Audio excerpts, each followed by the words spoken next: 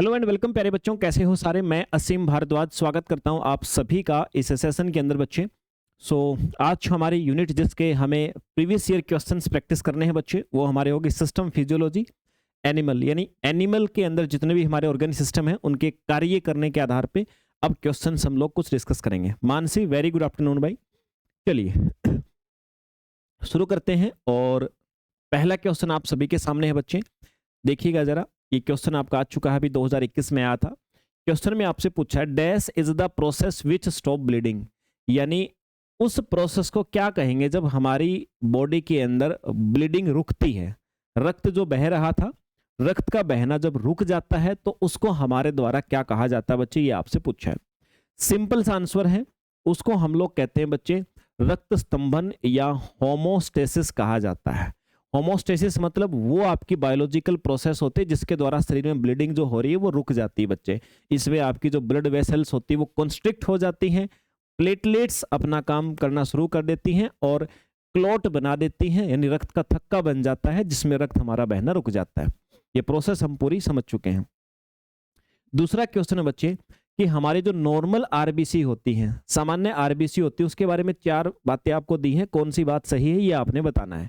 तो देखो, normal case में पहला बोला कि बाइकनकेव होती ह्यूमन के अंदर और फ्रॉग के अंदर। दूसरा बोला न्यूक्लिएटेड होती हैं कैमल्स और इन्यूक्लिएटेड होती हैं ह्यूमंस, मतलब ऊंट की जो होती है आरबीसी उसमें केंद्रक होता है, मनुष्यों में केंद्रक नहीं होता। तीसरा बोला है बाइकनकेव होती है कैमल्स एंड फ्रॉग में। चौथा बोला बच्चे ई न्यूक्लिएटेड मतलब बिना न्यूक्लियस वाली होती है ह्यूमंस के अंदर भी और कैमल्स के अंदर भी। ये आपसे बात पूछी है और सामान्य बात पूछी, क्या रहेगा तो बच्चे उसका सही आंसर हो जाएगा आपका, ये हो जाएगा सर आपका डी वाला। ठीक है, ये आपका सही हो जाएगा कि इनके अंदर ई न्यूक्लिएटेड होते हैं। हालांकि नाभिक होता है बट मेन बात क्या है बच्चे, वो नाभिक जो होता है जैसे जैसे मैच्योर होती है ना तो फिर बर्स्ट हो जाता है, टूट जाता है, इसलिए हम लोग ऐसा बोल सकते हैं इसके अंदर। ठीक है, चलिए अगली बात पे चलते हैं।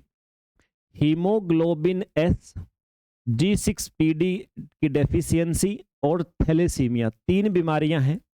ये आपको किस बीमारी से सुरक्षा प्रदान करती हैं? तो ये तीनों बीमारी हो जाएं तो आपको किस बीमारी से सुरक्षा मिलती है, ये आपसे पूछा है। तो देखो पूरी एक्सप्लेनेशन आप सभी के सामने बच्चे। इन बीमारियों में हमें मलेरिया से सुरक्षा मिलती है। ये जो आपका हीमोग्लोबिन एस या जिसको सिकल सेल ट्रेट कहा जाता है या G6PD डेफिशिएंसी बोलते हैं या थैलेसीमिया, ये सारे आनुवांशिक बीमारियां होती हैं। ये स्थितियां आपका प्लाज्मोडियम के लिए क्या करते हैं, प्लाज्मोडियम जिससे मलेरिया बीमारी फैलती है उसके लिए आरबीसी को अनुकूल नहीं रहने देती, जिससे उस परजीवी का विकास वहां पे नहीं हो पाता और हमारे शरीर को क्या होता है, परजीवी से मिलती बच्चे सुरक्षा। फिर उसके बाद में अगला क्वेश्चन है बच्चे आप सभी के सामने, मसल्स की जो ओवर एक्टिविटी है, जैसे कि लंबे समय तक दौड़ने से मसल्स को ज्यादा ऑक्सीजन की जरूरत होती है, तो ये ब्लड हीमोग्लोबिन से ज्यादा ऑक्सीजन निकलने से होता है। क्योंकि ऐसा क्यों होता है बच्चे, ये आपसे पूछा गया है। देखिए भाई, इसने कहा कि जब लंबे समय तक हम दौड़ते हैं तो हमारी मसल्स जो है ओवर एक्टिव होती हैं। ओवर एक्टिव होती है तो आवश्यकता से ज़्यादा ऑक्सीजन की आवश्यकता होती है, वो मिल नहीं पाता। तो फिर उसके कारण क्या होता है, हमारी मसल्स में क्या हो जाता है, एक तो बच्चे लैक्टिक एसिड का जमाव हो जाता है और पीएच वैल्यू घट जाती है। इसके कारण आपको ऐसा मिलता है, मतलब लंबे समय तक दौड़ने से हमारी मसल्स ओवर एक्टिविटी में क्या होता है, मांसपेशियों में लैक्टिक एसिड जमा हो जाता है जिससे उसकी पीएच मान कम हो जाता है बच्चे। और कम पीएच मान जब हो जाता है तो हीमोग्लोबिन जो है ना उसके ऑक्सीजन से जुड़ने की क्षमता घट जाती है, इसलिए फिर वो ऑक्सीजन को रिलीज कर देता है और इस इफेक्ट को हम लोग बोहर इफेक्ट के नाम से जानते हैं, याद रखिएगा। अगला क्वेश्चन आपके सामने, जो ग्लूकागोन होता है ना, इसकी बायोकेमिकल और फिजियोलॉजिकल क्रियाएं क्या हैं बच्चे। ग्लूकागोन याद कीजिए मेरे भाई, ग्लूकागोन आपने बहुत बार पढ़ा है। ग्लूकागोन, ग्लाइकोजन, ग्लूकोज, ये ऐसे ऐसे जो कंपोनेंट्स हैं इनके बारे में आप फंक्शन बहुत पहले से पढ़ते रहे हो। यहाँ पर ग्लूकागोन के बारे में पूछा है। तो ग्लूकागोन जो है क्या करता है बच्चे, वो डिक्रीज करता है आपकी ग्लाइकोजन के निर्माण को और इंक्रीज करता है ग्लूकोनियोजेनेसिस की प्रोसेस को। याद रखिएगा बच्चे, ठीक है। ग्लूकोनियोजेनेसिस का मतलब क्या होता है, नया ग्लूकोज बनना। नया ग्लूकोज को प्रोसेस बनने की रोकता है, इसलिए ग्लूकोज लेवल को डिक्रीज करता है। ये ग्लूकागोन हार्मोन का काम होता है हमारे बॉडी में। अगला क्वेश्चन उसके बाद में, स्पेसिफिसिटी, ये आज ही हमने पढ़ा था। विशिष्टता और डाइवर्सिटी मेमोरी और सेल्फ या अनसेल्फ रिकॉग्निशन जैसे जो हमारे इम्यूनोलॉजिकल प्रॉपर्टी होती हैं, इनका एकमात्र सेल कौन सी है जो ये सारी प्रॉपर्टी जिसके अंदर होती है, यानी द ओनली सेल जिसके अंदर, एक अकेली सेल जिसके अंदर ये सारी प्रॉपर्टी पाई जाती हैं, स्पेसिफिसिटी भी, डाइवर्सिटी भी, मेमोरी भी और सेल्फ रिकॉग्निशन भी पाई जाती है बच्चे। उन कोशिकाओं को हम क्या कहते हैं? उनको कहा जाता है सर लिम्फोसाइट। लिम्फोसाइट सेल जो है ये लंबे समय तक याद रखती है। खासकर हम वैक्सीन वगैरह भी लगवाते हैं ना, तो वैक्सीन के टाइम पे भी जो हमारी बॉडी के अंदर एंटीबॉडी बनते हैं तो भविष्य के लिए फिर हमेशा के लिए बनने शुरू हो जाते हैं, और उस बीमारी का एजेंट अगर बीमारी फैलाने आएगा भी शरीर में तो उससे लड़ने के लिए वो तैयार रहती हैं, बीमारी नहीं फैला पाते, इसलिए वैक्सीन लंबे समय तक काम करती हैं। चलिए सर, विशिष्टता का मतलब क्या होता है? किसी खास एंटीजन की पहचान करने की क्षमता। डाइवर्सिटी का मतलब होता है असंख्य प्रकार के एंटीजन को पहचानने की क्षमता। मेमोरी का मतलब पहले अगर इन्फेक्शन हो चुका है तो ये कोशिकाएं याद रखती है मेरे भाई। और सेल्फ या नॉन सेल्फ का मतलब होता है खुद से या खुद के बिना भी पहचान कर सकते हैं उनकी। अगला है क्वेश्चन, इंसान की मौत तब होती है, ये आपका 2024 में आपके एमपी सेट में आया था, ध्यान रखिएगा, जब उसके खून का पीएच लेवल डैश से कम हो जाता है। हमारे ब्लड का जो पीएच लेवल लगभग है ना 7.0 से 7.8 तक मेंटेन फिर भी हो सकता है, लेकिन अगर 7 से कम होगा तो व्यक्ति की तुरंत डेथ हो जाती है, इसलिए आपका आंसर आ जाएगा डी वाला। अगला क्वेश्चन है बच्चे, सही विकल्प चुनना है। यहाँ पर कुछ बातें बोली हैं कि प्लाज्मा जो होती है ना, प्लाज्मा का मतलब होता है ब्लड विदाउट लिम्फोसाइट। अगर हमारे रक्त में से लिम्फोसाइट को निकाल दें तो बाकी बचे हुए हिस्से को हम लोग प्लाज्मा बोलते हैं। फिर है ब्लड के अंदर क्या होती हैं? आरबीसी होती हैं, डब्ल्यूबीसी होती हैं, प्लाज्मा होते हैं और प्लेटलेट्स होती हैं मेरे भाई। फिर है lymph contain plasma, RBC and WBC. फिर बोला है कि serum contain blood and fibrinogen. तो देखो मुझे बी वाला ऑप्शन दिख रहा है, हमारे ब्लड के अंदर आरबीसी, डब्ल्यूबीसी, प्लेटलेट्स और प्लाज्मा मुख्य तौर पे ये 4 ऑर्गेन्स होते हैं, यही आपका सही जवाब भी होगा। अगला क्वेश्चन है बच्चे आपका, हीमोग्लोबिन और मायोग्लोबिन के बीच में सही डिफरेंस क्या है? तो देखिए सभी के ऊपर आपको पढ़ने की आवश्यकता नहीं है। इसके अंदर क्या होता है बच्चे, हीमोग्लोबिन के लिए जो हिल कोफिशिएंट होता है मायोग्लोबिन से लगभग 3 गुना होता है। मतलब क्या इस बात का? देखो हीमोग्लोबिन क्या होता है बच्चे, एक प्रोटीन होता है ना, और इसके अंदर बाइंडिंग होती है ऑक्सीजन के साथ में। हिल कोफिशिएंट मतलब बाइंडिंग करने की जो क्षमता होती है लगभग 2.8 से 3 के आसपास होती है। मायोग्लोबिन जो होता है ये भी एक प्रोटीन होता है और इसमें भी कोऑपरेटिव बाइंडिंग की क्षमता जो होती है बच्चे वो इसमें पाई नहीं जाती है, इसलिए इसका हिल कोफिशिएंट हम बोलते हैं 1 होता है, मतलब बाइंडिंग की क्षमता इसके अंदर नहीं होती है। इसलिए हम ऐसा कह सकते हैं हीमोग्लोबिन में ऑक्सीजन की बाइंडिंग के कंपैरिजन में ज्यादा होती है इसके अंदर। अगला क्वेश्चन है बच्चे आप सभी के लिए, वारफेरिन मुख्य रूप से क्या कार्य करता है? वारफेरिन का मुख्य रूप से फंक्शन आपसे पूछा है क्या होता है? तो देखो भाई, वारफेरिन जो होता है वो एंटीकोगुलेंट होता है, मतलब थक्का रोधी होता है। थक्का रोधी का मतलब क्या होता है? जो हमारे बॉडी के अंदर ब्लड को जमने नहीं देता है। वारफेरिन क्या होता है? एक ओरल एंटीकोगुलेंट दवाई होती है। ये विटामिन के डिपेंडेंट जो क्लोटिंग फैक्टर होते हैं ना और प्रोटीन होते हैं उनके सिंथेसिस को इनहिबिट करती हैं। हमारा ब्लड क्लोटिंग की पूरी प्रोसेस आप लोगों ने पढ़ी है। ब्लड क्लोटिंग में विटामिन के भी रेस्पॉन्सिबल होता है, कैल्शियम भी होता है, कुछ हमारे 13 फैक्टर होते हैं ऐसे वाले 1 2 3 इस प्रकार वाले, और कुछ प्रोटीन जिम्मेदार होते हैं। तो ये क्या करता है मेरे भाई, ये एक ओरल दवाई है जिसको आप खाते हो तो खाने के बाद में इन सब के निर्माण को रोकती है, जिससे क्लोटिंग की प्रक्रिया आपकी कम हो जाती है। अगला इसके बाद में डायग्नोस्टिक टूल जिसका इस्तेमाल दिल की इलेक्ट्रिकल एक्टिविटी को मापने और रिकॉर्ड करने के लिए किया जाता है उसको क्या बोलते हैं? इलेक्ट्रोकार्डियोग्राम बोला जाता है। ये तो सही बच्चों को पता है, इस पे हमें समय खराब करने की आवश्यकता नहीं है। अगला क्वेश्चन है बच्चे, इसमें आपको कहा है ब्लड प्रेशर के मेंटेनेंस से जुड़ा हुआ हार्मोन कौन सा है? ब्लड प्रेशर का मेंटेनेंस, देखो ब्लड प्रेशर का मेंटेनेंस हमारी करती है एड्रिनल ग्रंथि, और एड्रिनल ग्रंथि से निकलने वाले हार्मोन्स जो हैं वहां पे कह सकते हैं एल्डोस्टेरोन बच्चे, उसको हम बोल सकते हैं, ये आपका करता है। अच्छा, एड्रिनल कॉर्टेक्स ये जो हिस्सा है इससे ये आपका स्रावित होता है एल्डोस्टेरोन जो हार्मोन्स होते हैं बच्चे, ठीक है। अभी हम सिर्फ एमसीक्यू एक प्रकार से ये ध्यान रख लीजिएगा, ये सारे कंसेप्ट जहां से ये एमसीक्यू दिख रहे हैं सारे हम पढ़ चुके हैं बैच के अंदर, और नहीं पढ़े हैं तो देखो फिर आपको लगेगा सर नहीं सर एक एक ऑप्शन को अलग अलग से पूरा बताओ, वो समय जा चुका है। पढ़ाई कीजिए, कंसेप्ट अच्छे से करिए और फिर उसके बाद ये प्रैक्टिस लगाने के लिए आ जाइए ताकि आपको अनुमान लग जाए किस प्रकार से क्या करना है। ये भी आपके एमपी के 2023 में आया था बच्चे, क्वेश्चन नंबर 13। क्या कह रहा है आपको, जो दिल की मांसपेशियां होता है उनको आमतौर पर टेटनाइज नहीं किया जा सकता, क्योंकि देखो टेटनाइज की प्रोसेस क्या होती है बच्चे, पहले इसको समझ लीजिए एक बार आप। दिल की मांसपेशियां, टेटनाइज का मतलब होता है लगातार कॉन्ट्रैक्ट नहीं हो सकती, मतलब लगातार एक ही, देखो हमारी हृदय की जो मांसपेशियां होती है कंप्रेस एक्सपेंड, तो उनको हम सिर्फ टेटनाइज एक ही बार में नहीं कर सकते, उनको सिर्फ कंप्रेस से नहीं रखा जा सकता। हृदय तभी काम करेगा जब जो इलेक्ट्रिकल पल्स आ रहे हैं वो बार बार हृदय के अंदर दौड़ते हैं, तो हृदय हमारा एक्सपेंड संकोचित इस प्रकार से करता है। तो उनको क्यों नहीं कर सकते, क्योंकि एक फैक्टर बोला जाता है बच्चे, फैक्टर को क्या बोलते हैं, एब्सोल्यूट रिफ्रैक्टरी पीरियड बहुत लंबा होता है। ये क्या होता है, ये वह समय होता है जब मांसपेशियां दूसरे सिग्नल का जवाब ही नहीं देती हैं। मतलब एक लंबे समय तक जब हमारा हृदय एक बार कोई एक्टिविटी कर रहा है तो उसी एक्टिविटी को कंप्लीट करेगा, और जब तक वो एक्टिविटी कंप्लीट नहीं होगी दूसरे सिग्नल का जवाब नहीं देगा, और जब वो समय कंप्लीट हो जाएगा फिर उसके बाद में दूसरा सिग्नल आएगा, फिर उसके द्वारा संकुचित और कंप्रेस करता रहेगा। तो ये रिफ्रैक्टरी पीरियड जो होता है बच्चे इसका काफी ज्यादा होता है, इसीलिए हम ऐसा बोल सकते हैं कि अगर कोई कॉन्ट्रैक्शन के दौरान क्या होता है कि रिफ्रैक्टिव पीरियड चल रहा होता है, रिफ्रैक्टिव पीरियड का मतलब होता है दूसरे सिग्नल को रिसीव नहीं करेगी और जब तक अगला सिग्नल काम नहीं करता है, तो इसीलिए मांसपेशियों का रिलैक्स होना भी जरूरी है, और इसलिए हम ऐसा कह सकते हैं मेरे भाई कि एब्सोल्यूट रिफ्रैक्टिव पीरियड क्या होगा, इनका लॉन्ग होता है।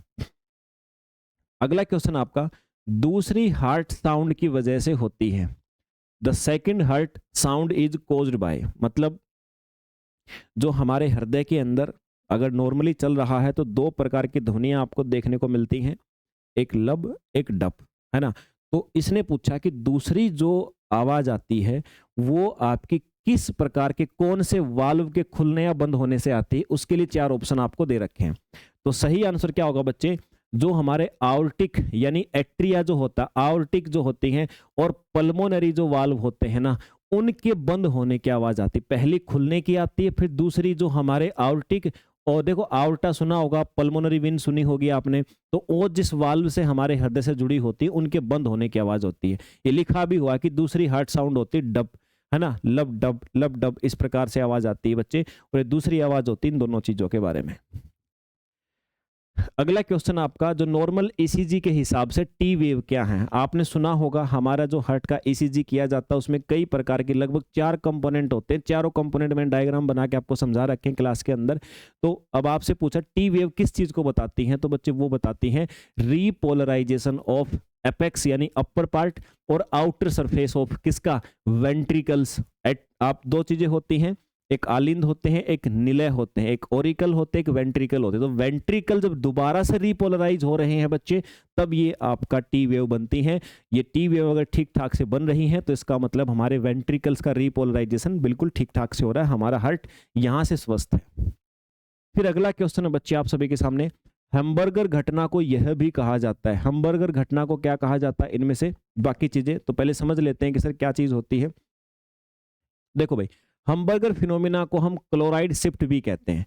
ये फिनोमिना आरबीसी जो होती है उसमें होता है, जब CO2 हमारे टिश्यू या सेल से आरबीसी में प्रवेश करता है तो बाइकार्बोनेट में परिवर्तित हो जाता है, और ये बाइकार्बोनेट को आरबीसी क्या करती है, प्लाज्मा से में बाहर भेजने के लिए क्लोरीन आयन को अंदर प्रवेश करती है ताकि आयंस का बैलेंस हो सके, और इसी इंटरचेंज को क्लोराइड शिफ्ट या हैमबर्गर फिनोमेना के नाम से जाना जाता है। अब ये हमारे ब्लड के द्वारा ऑक्सीजन CO2 को ट्रांसपोर्ट करने वाले जो मीडियम, 3 मीडियम मैंने आपको सिखाए थे, उन्हीं मीडियम के बारे में ये क्वेश्चन है बच्चों।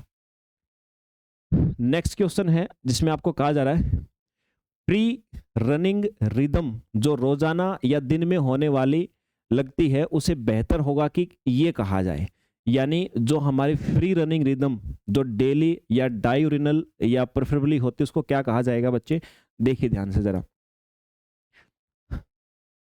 फ्री रनिंग रिदम्स वो बायोलॉजिकल रिदम्स होते हैं जो बाहरी संकेतों के बिना ही अपने आप अपनी बॉडी में चलते रहते हैं। जब ये लगभग 24 घंटे के चक्कर में होते हैं तो उनको क्या कहते हैं, इनको हम सर्केडियन रिदम कहते हैं। जैसे हमारी नींद या जागना का चक्कर हो गया, शरीर के तापमान हो गया, हार्मोन का रिलीज हो गया बच्चे, तो क्या कहा जाए, इनको सर्केडियन रिदम्स के नाम से जाना जाता है। अगला क्वेश्चन है बच्चे, इनमें से किसे दिल का नेचुरल पेस मेकर, ये तो बच्चा बच्चा जानता है, हमारा पेस मेकर हम लोग किसको बोलते हैं, पेस मेकर बोलते हैं बच्चे हम ऐसे नोड, ये साइनो एट्रियल नोड जिसको कहते हैं। ऐसे नोड क्या करता है, ऐसे नोड हमारे हार्ट में पल्स इलेक्ट्रिसिटी के झटके उत्पन्न करता है जिससे हमारा हृदय काम करता है। तो पेस मतलब गति बनाने वाला, हृदय की गति बनाने वाला ऐसे नोड को कहा जाता है।